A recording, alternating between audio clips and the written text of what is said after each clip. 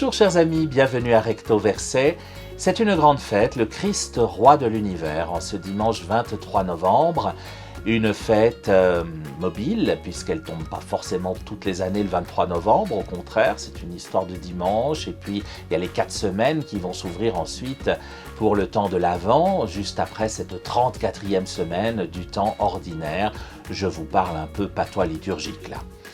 En cette fête, nous célébrons donc le Christ roi, un roi un peu particulier, puisque sa royauté n'est pas de ce monde, il le dit à Pilate, mais parce qu'il a aussi d'autres attributs tout à fait étranges.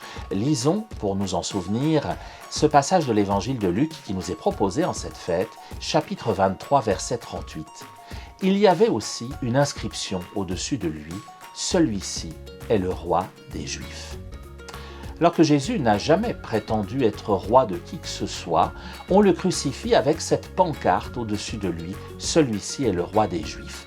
Un roi bien particulier, convenez-en, son trône est une croix, son carrosse est un petit âne, sa couronne est faite d'épines, son manteau de pourpre, on le lui arrache et on le joue en se le partageant. Un roi étrange puisqu'il nous offre un royaume dont nous sommes tous, vous et moi, les reines et les rois, un roi d'humilité. Puissent les rois de ce monde prendre exemple sur notre roi, notre Christ roi. Puissions-nous être royalistes, chers amis, royalistes parce que nous sommes les disciples de celui qui est roi du royaume dont il fait de nous les reines et les rois. Faisons ainsi et retrouvons-nous demain dans un autre décor, mais sur le même écran et munis de la même Bible. D'ici là, soyez bénis.